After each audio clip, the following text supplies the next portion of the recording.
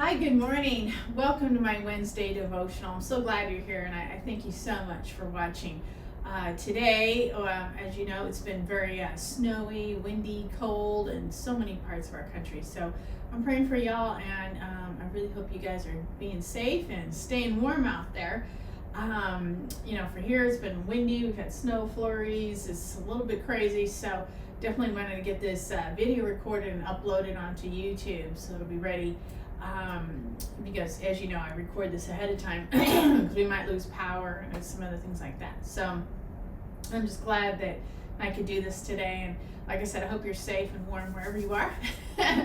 All right, let's get to Esther. Let's see. Last week we're still in chapter 5. Now, like I said before, that we are getting into the twists and turns here. So we're on chapter 5, and we're still concentrating on Haman. Remember Haman, he's getting happy, because he's a little bit overconfident. All right, and I had another thought today, so let me read it first and then we'll talk about it. All right, so this is last week, verses 10 through 12. Then Haman gathered together his friends and Zeresh, his wife, we'll get back to that, and boasted to them about his great wealth and his many children, and he bragged about the honors the king had given him and how he had been promoted over all the other nobles and officials. Then Haman added, and that's not all. Just like on those commercials, right? Queen Esther invited only me and the king himself to the banquet that she prepared for us. And she's invited me to dine with her and the king again tomorrow. Okay. Now I see I am going a little bit blurry. And okay, there it's fixing itself. Whenever I move, it goes blurry, so I'm trying to stay still. And my remote control is behind the camera, so I can't get to it.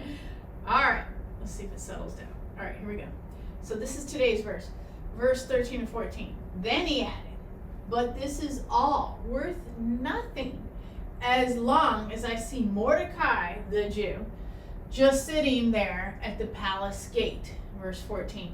So Haman's wife, Zeresh, and all his friends suggested, just set up a sharpened pole that stands 75 feet tall, and in the morning ask the king to impale Mordecai on it. When this is done, you can go on your merry way, I think they say merry in there, way to the banquet with the king. This pleased Haman, and he ordered the pole set up. Okay, making sure my camera doesn't go too crazy on me. I'll just move over here a little bit. Let's see. All right, so far we're good. So we have technical problems here sometimes. So we'll see. All right, so this is a key point. Remember what I was saying? Haman is all stuck into, but it's worth nothing as long as I see Mordecai, the Jew. They don't just call him Mordecai, it's Mordecai the Jew. This is some kind of attitude about the Jews in the biblical times as well as nowadays.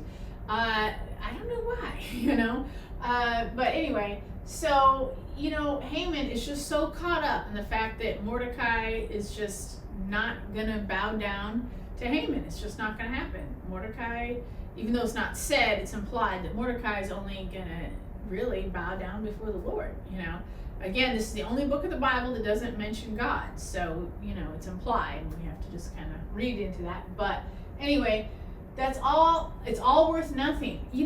How silly. And I was getting upset about this last week. Haman had it all. He could have just done his job, go about his merry way, as his wife had said, and just let it go, and that'd be the end of it. We wouldn't even be talking about Esther right now, right?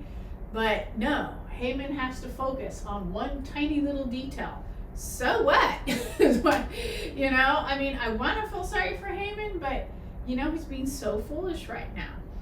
So then his wife, Zeresh, just go ahead and set up a pole, just go ahead and have Mordecai impaled on it. We're right behind you. You can go about your merry way to the banquet. Well, this is what I was thinking about this morning. I thought, we often discuss this. Why did Queen Esther call Haman and the king twice? And I was thinking about it. Maybe Esther was trying to have a little compassion and see if she could kind of work with this guy first. Because I was thinking about, as humans, we want to be angry at our enemies, right? But really, are they our enemies? We're all God's children, all human beings. Whether you believe God or not, at the end of the day, He still loves you. You could be one of those people who says, I don't believe in God, I don't think there's a God. It doesn't matter. He still loves you anyway. He loves all of us. Regardless of race, gender, creed, whatever. Doesn't matter. He loves you. That's the great news. And it's not something you can do about it, whether you're super perfect or super bad. He still loves you, right? So, given that, maybe Esther was trying to have some compassion, and maybe that's why she went to the first banquet, maybe hoping that Haman would just confess, and maybe they could talk about it, and he could just cancel the order. Because remember, Haman was ordering the Jews to be killed in a year later. So, in my opinion, there would be time to recall those orders and say, whoops, cancel that. Maybe he could have worked something out. That's what I would have tried to do. Maybe just try some compassion, because, we're all God's children. We do need to love like Christ, even our enemies. Remember, Jesus himself said, love your enemies, because that's the hardest one. It's a real challenge, especially when people aren't being nice. But that's okay. He says we gotta love them anyway. So maybe she was trying to give Haman a chance. So then maybe that's why she said, all right, the first one didn't go, let's try with the second one. There's always that possibility. We shall say, like maybe giving him opportunity, to correct himself. But as you can see, it's not happening. He is still stuck on the fact that Mordecai, the Jew, I just can't stand that, but anyway, was sitting there at the palace gate. So I guess Haman is just so thick-headed.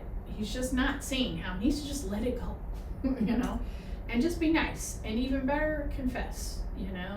That would have been a really diplomatic thing to just confess, apologize, get the orders canceled.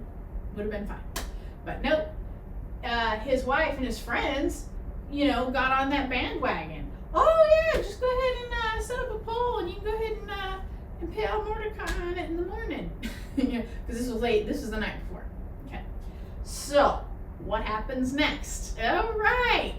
We are going to find out. This is good words. Ooh, like I was telling you, we're getting to the exciting part, Woohoo! So, next week we'll find out. Does the king find out? What does he think? Is he hearing this pole that's going to be built overnight? We shall see. All right. Thank you very much for watching. I appreciate you. I hope you guys are staying warm. I'm trying to.